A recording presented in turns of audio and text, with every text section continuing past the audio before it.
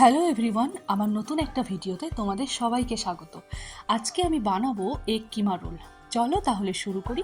ময়দায় প্রথমে একটু নুন, চিনি আর রিফাইন তেল দিয়ে একটু শক্ত করে মেখে ঢেকে রাখতে হবে। বেশি নরম করে মাখলে হবে না, কারণ চিনি গলতে শুরু করলে আরও নরম হয়ে যাবে। যেহেতু আমি চিকেন কিমা রোল বানাবো, তাই আগে মশলা বানাবো। এখানে মশলার জন্য নিয়েছিলাম এক টুকরো আদা, বেশ কয়েকটা রসুন, গোটা ধনে, গোটা জিরে, কয়েকটা শুকনো লঙ্কা আর সামান্য পরিমাণ জল। কিছুক্ষণ গোটা মশলাগুলো জল দিয়ে রিজার্ভে রাখতে হবে যাতে ফ্লেভারটা ভালো আসে।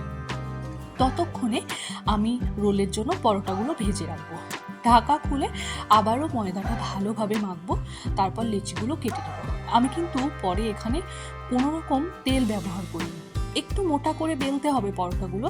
বেলার সময় ময়দা দিয়েছিলাম আর ভাজার সময় সামান্য তেল ব্রাশ করে ভেজেছিলাম।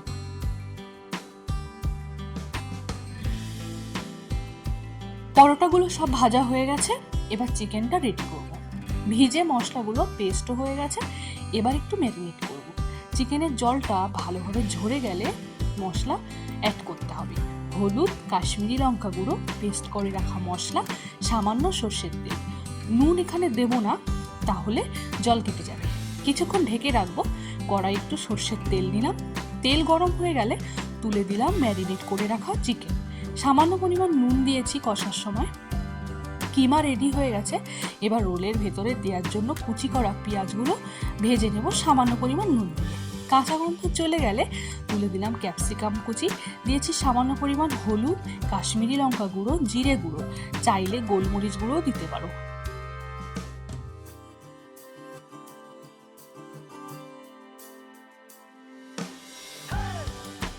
এবার একটা তাওয়াতে তেল ছড়িয়ে ডিমের মধ্যে সামান্য নুন দিয়ে ডিম পরোটাগুলো বানিয়ে নেব। সবগুলো তৈরি, এবার শুধু রোল করার পালা।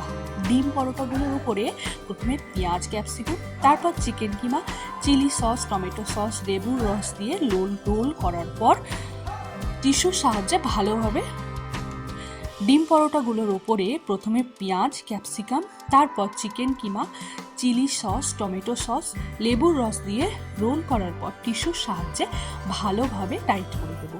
এখানে রেডি এগ কিমা রোল। চলো আজকে ভিডিওটা এখানে শেষ করছি। দেখা হবে নতুন একটা কোনো ভিডিও। টাটা।